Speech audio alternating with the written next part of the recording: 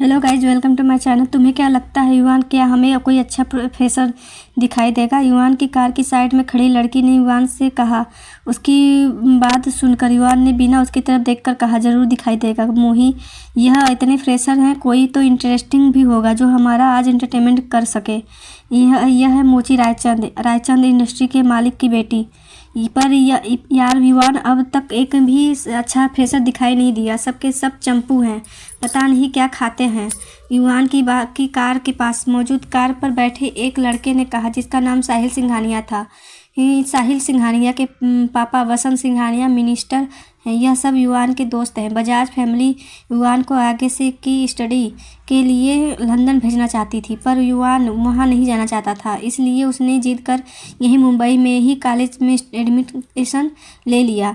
College में युवान सब लोगों के लिए सिर्फ एक अमीर फैमिली से था, पर वह बजाज फैमिली से है यह किसी को नहीं पता था। मीडिया के सामने भी कभी युवान का चेहरा नहीं आया था, इसलिए कोई युवान को नहीं जानता था। तुम्हारा मतलब लड़कियों से है? हमें जब देखो लड़कियां चाहिए होती हैं, पता नहीं तुम लड़कियों के पीछे इतना पागल क्यों हो? इस एक लड़के ने कहा। उस लड़के की बात सुनकर साहिल ने उस लड़के को घूरते हुए कहा, चिराग, अब हर कोई तुम्हारी तरह ब्रह्मचारी तो नहीं हो सकता ना, जो लड़कियों को से दूर भागे। चिराग मल्होत्रा, चिराग की पूरी फैमिली आर्मी से है, उसके पापा आर्मी में बहुत। यह कहकर साहिल हंसने लगा। साहिल के साथ मोही भी हंसने लगी। तभी मोही की नज़र उस तरफ आ रही एक लड़की पर गई, जिसे देखते ही मोही ने कहा, शायद हमें हमारा शिकार मिल गया। मोही की नज़रों का पीछा करते हुए साहिल ने उस तरफ देखा। उसकी आंखों में तुरंत चमक आ गई। शिकार इतना खूबसूरत कैसे है? मन तो करता है अभी दबोच लूँ।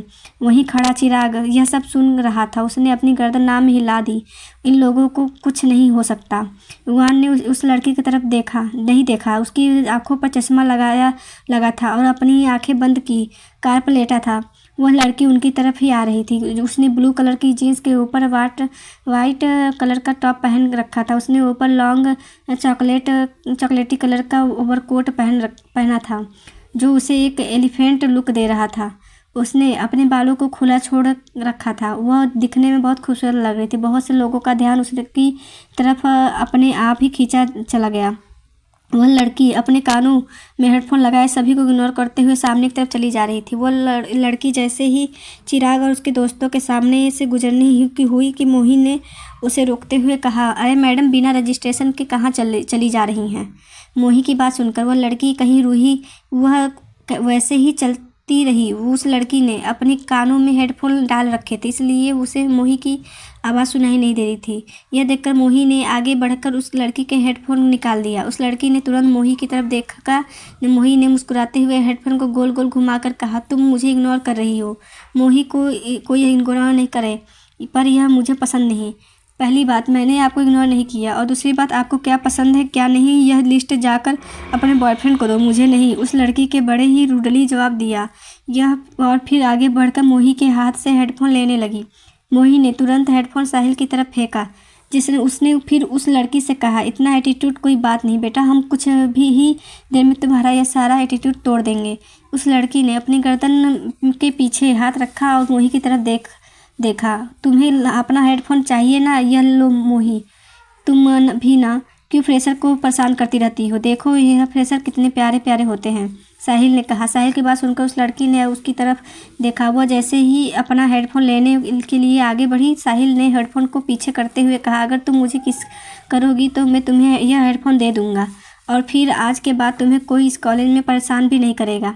साहिल की बात सुनकर चिराग हैरान रह गया। वहीं मोही मुस्कुराने लगी। वह लड़की कुछ कहती उससे पहले ही युवान ने अपनी कार पर बैठते हुए कहा, साले ठरकी, हर वक्त तुझे यही सब सूझता रहता है। यह कहते हुए युवान मुस्कुरा रहा था। युवान ने लड़की की तरफ देखा, जिसकी पीठ इस वक्त उसकी तरफ थी। उस लड़की ने साहिल की तरफ देखा और फिर गहरी सांस लेकर कहा, क्या तुम लोग अब सभी फ्रेशर के साथ ऐसा ही करते हो? कोई तुम्हें रोकता नहीं है? उस लड़की की बात सुनकर साहिल ने हंसते हुए कहा, हाँ, हम वही करते हैं जो हमारे मन में आता है, और हमें यहाँ कोई रोकने वाला नहीं है। फिर ठीक है, आज कॉलेज खत्म होने के बाद मुझे स्टाफ में मिलना, मैं तुम्हारा वहाँ वेट करूँगी। साथ में अपने दोस्तों को भी लेकर आना। तुम्हें किस चाहिए थी ना, तुम्हें मैं वहाँ ज़रूर किस दूँगी। उस लड़की की बात सुनकर सब हैरान रह गए। मोही ने अपनी आंखें बड़ी कर साहिल की तरफ देखा और फिर अपने मन ही मन कहा, फंस गए। साहिल ने घबराते हुए कहा, स्टाफ रूम में क्यों? क्या आप प्रोफेसर हैं? प्रोफेसर सवी जोशी, आपकी हिंदी लिटरेचर की न्यू प्रोफेसर। इस लड़की ने अपने हाथों को फोल्ड कर साहिल के से कहा। उस लड़की की बात सुनकर सब हैरान हो रह गए, क्योंकि वह लग ही नहीं रही थी कि वो प्रोफेसर भी हो सकती है।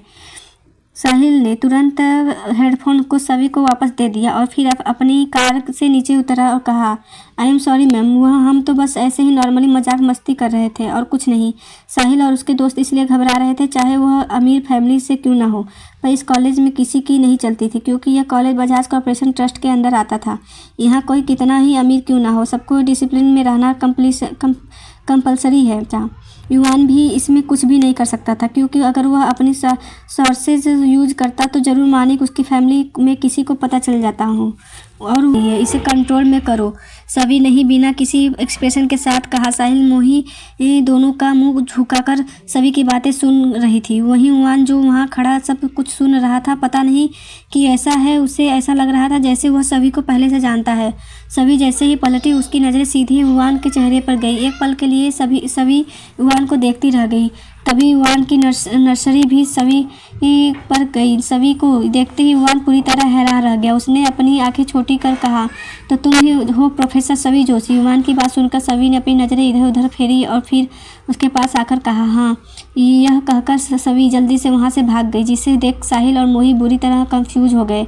चिराग वहीं खड़ा यह सब कुछ देख रहा था। उसके चेहरे पर बड़ी सी मुस्कान थी। बच गई सभी। अगर वह युवान का बच्चा वहाँ कुछ बोल देता तो वह लोग मुझे छोड़ने वाले नहीं थे। सनी ने गहरी सांस ली और फिर आराम से कॉलेज के अंदर चल जाने लगी। वह एक स्टूडेंट ही थी जो साहिल और उसके दोस्तों को उल्लू बना रही थी और सामने इतनी अच्छी एक्टिंग की थी। वह लोग उसकी बात में आप ही गए थे। तुम ऐसे खड़े मुस्कुरा क्यों रहे हो? मोही चिराग की तरफ देखकर पूछती है। चिराग उसके और साहिल की तरफ देखा, फिर मुस्कुराते हुए कहा, शायद अब सच में मज़ा आने वाला है। वह दोनों ही चिराग की बात नहीं समझ पाते। चिराग फिर अपने गर्दन नाम में हिलाते हुए कहा, कॉलेज के अंदर चला जाता है। तुम उस प्रोफेसर को जानते हो? साहिल ने युवान से पूछा। युवान को तो जैसे उसकी कोई बात सुनाई न दी हो। उसकी नज़रें अभी भी कॉलेज की तरफ ही थी, वहाँ जहाँ से सभी भागते हुए गई थी। युवान फिर सीधे कॉलेज के अंदर चला गया। यह देख मोही और साहिल कंफ्यूज हो गए। मोही ने साहिल से कहा, कहीं वह प्रोफेसर प्रॉब्लम क्रिएट ना करे। कुछ नहीं होगा, तुम चिंता मत करो और कॉलेज के अंदर चलो, साहिल ने कहा और फिर वह भी मोही के साथ अंदर चला गया। दूसरी तरफ मानिक ने कैबिन में मानिक अवनी को लेकर कैबिन में आया। कैबिन में आते ही मानिक ने अवनी को अपनी बाहों में भर लिया। यह देख अवनी कंफ्यूज हो गई। मानिक ने उसे कसकर अपने गले लगा रखा था। यह आप चिपकू राम क्यों बन रहे हैं पतिदेव? अवनी ने कहा। मानिक ने कुछ नहीं कर कहा। वह ऐसे ही अवनी को अपने गले लगाए खड़ा रहा। थोड़ी देर बाद जैसे ही मानिक अवनी से दूर होता है, उसे अपने घुटते हुए, मैं आपको मैं नहीं छोड़ूंगी अगर आप ज़्यादा मुझसे चिपके तो। अच्छा, तुम क्या करोगे? मानिक ने अवनी की तरफ देखकर मुस्कुराते हुए पूछा। अभी तो मैं कुछ भी नहीं करने के मूड में हूँ। मैं नहीं हूँ, मुझे घर जाना है। मेरा यहाँ पर काम वैसे भी पूरा हो गया है। ओनली न्यायालय से यहाँ आने की बात सुनकर मालिक मुस्कुराते हुए उसके बालों को कान के पीछे कर कहा, तो रूम में जाकर आराम कर लो, थोड़ी देर में हम साथ में घर चलेंगे। मानिक की बात सुनकर अवनी ने अपनी गर्दन हाँ में हिलाई और फिर सीधा उसी रूम की तरफ अपने कदम बढ़ा घुमा चली गई। अवनी को बहुत नींद आ रही थी। उसकी वजह से वो यह थी कि बड़ी खुशी सोते ही नहीं देता था। अवनी के जाने के बाद मालिक ने तुरंत अपना फ़ोन निकाला और धैर्य को कॉल किया। वह हर पल इतना तड़पना ना चाहिए कि वह मौत की भीख मांगे। मानिक ने गुस्से में वह कहा। मानिक की बात सुनकर धैर्य ने ओके कहा। वह पहले ही समझ गया था मानिक कुछ ऐसा ही करने वाला है। फिर सीधे अपनी चेयर पर जाकर बैठ गया और काम करने लगा। दूसरी तरफ बजाज मेंशन की मानिक अवनी की बातें चल रही थी, जिसमें सभी लोग अवनी को एक बार वापस मेंशन में बुलाने की बात कर रहे थे। मानिक की बात नानी अवनी से मिलना चाहती थी। माँ वापस अवनी से मिलना चाहती हैं और एक वह नालायक है जो मेरा फ़ोन ही नहीं उठा रहा, पल्लवी जी ने किचन में कहा। उनकी बात सुनकर उनके पास ही खड़ी मीरा जी ने मुस्कुराते हुए कहा, तुम चिंता मत करो, मैं रुद्र से कहती हूँ, वह मानिक से कह देगा। मीरा जी की बात सुनकर पल्लवी जी अपनी गर्दन हाँ में हिलाती हुए और फिर खोए हुए कहा, माँ को अवनी पसंद आ गई है ना?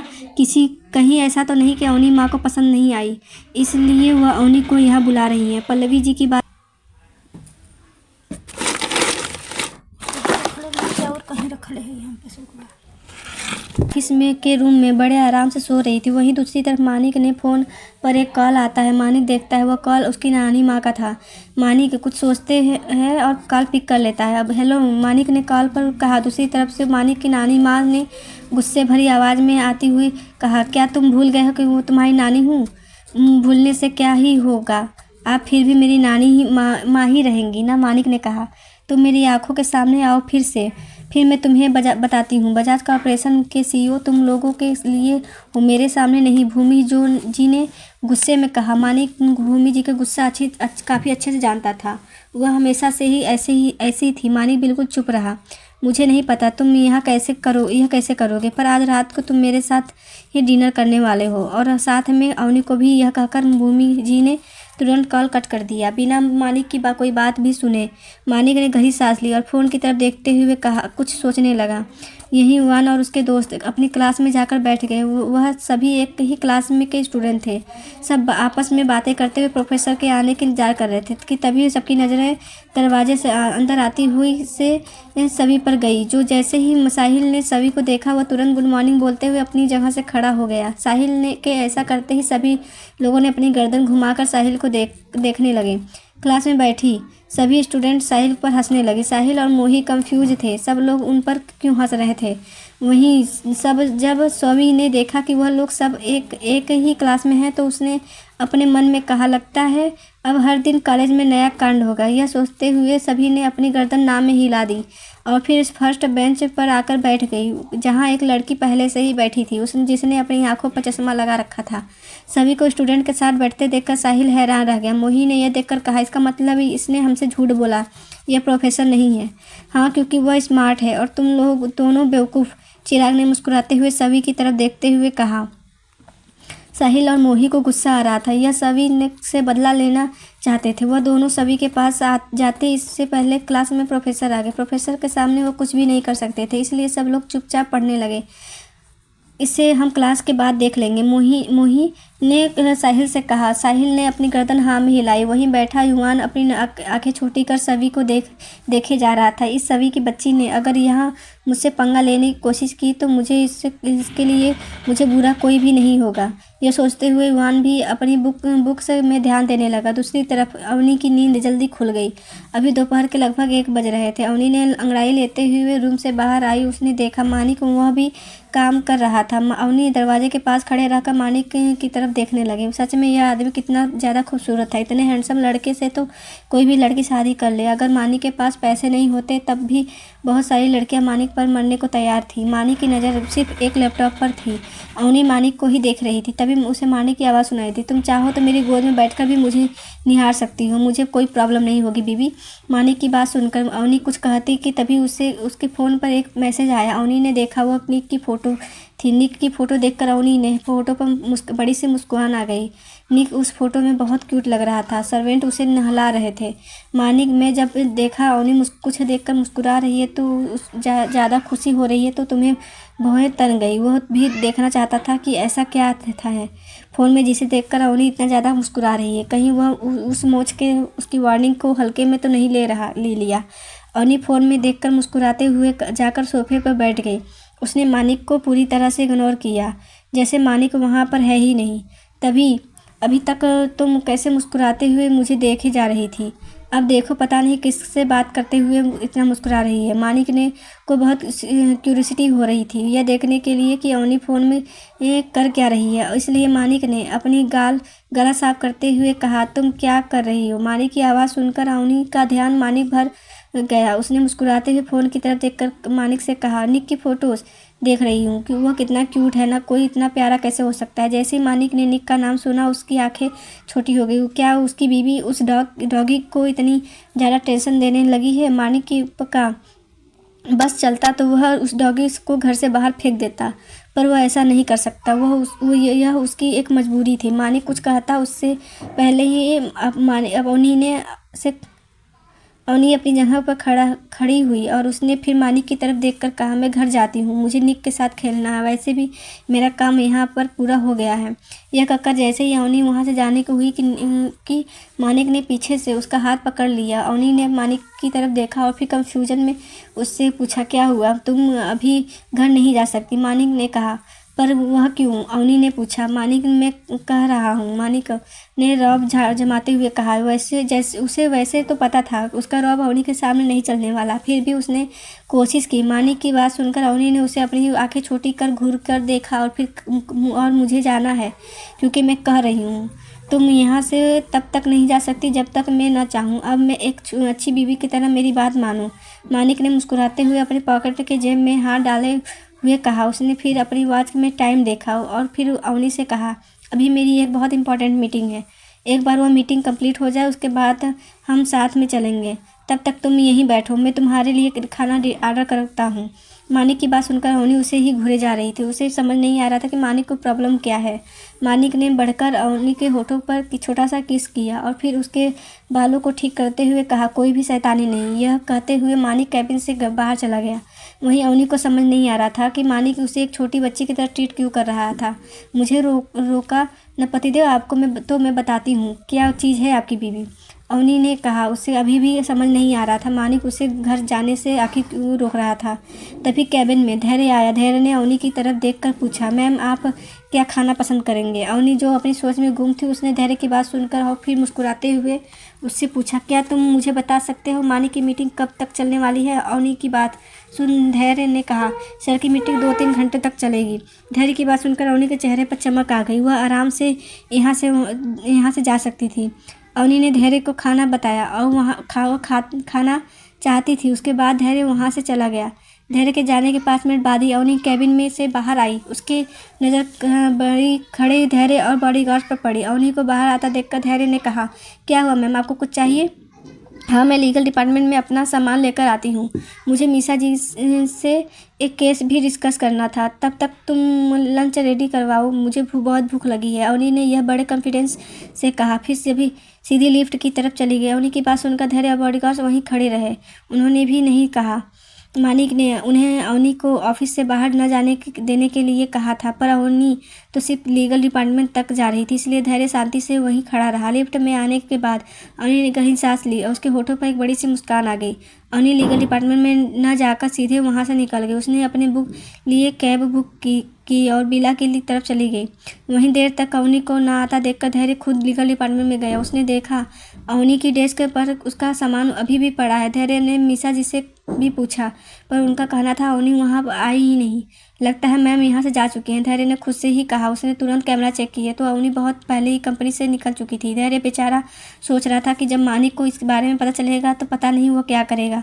मानिक अपनी मीटिंग में बिजी था। उसके हिसाब से तो अवनी अभी भी उसके कैबिन में मौजूद थी। वहीं बिला पहुँचकर अवनी निक के पास गई और उसके साथ खेलने लगी। निक के साथ खेलते हुए अवनी को कुछ याद आया और उसने निक के बालों को सहलाते हुए कहा, तुम्हें पता है मेरे खड़ूस पतिदेव मुझे यहाँ आने से नहीं दे रहे थे, मुझे उनके साथ क्या करना चाहिए? उनसे बदला लेना चाहिए, लेने चाहिए के लिए? यह कहते हुए अवनी मानिक के से बदला लेने के तरीके सोचने लगी। वहीं निक मासूम नज़रों से अवनी को देख रहा था, तो उसे तो अवनी की बात समझ नहीं आ रही थी। तभी अवनी के होठों पर एक शैतानी मुस्कुराहट आ गई। उसने निक के गालों पर को खींचते हुए कहा, मेरे दिमाग में बहुत अच्छा आइडिया आया है निक, अब देखो कैसे मैं पतिदेव को अपने वश में करती हूँ। यह कहते हुए अवनी तुरंत भागते हुए बेडरूम की तरफ चली गई। वहीं सोफे पर बैठा निक अवनी को जाते हुए देख रहा था।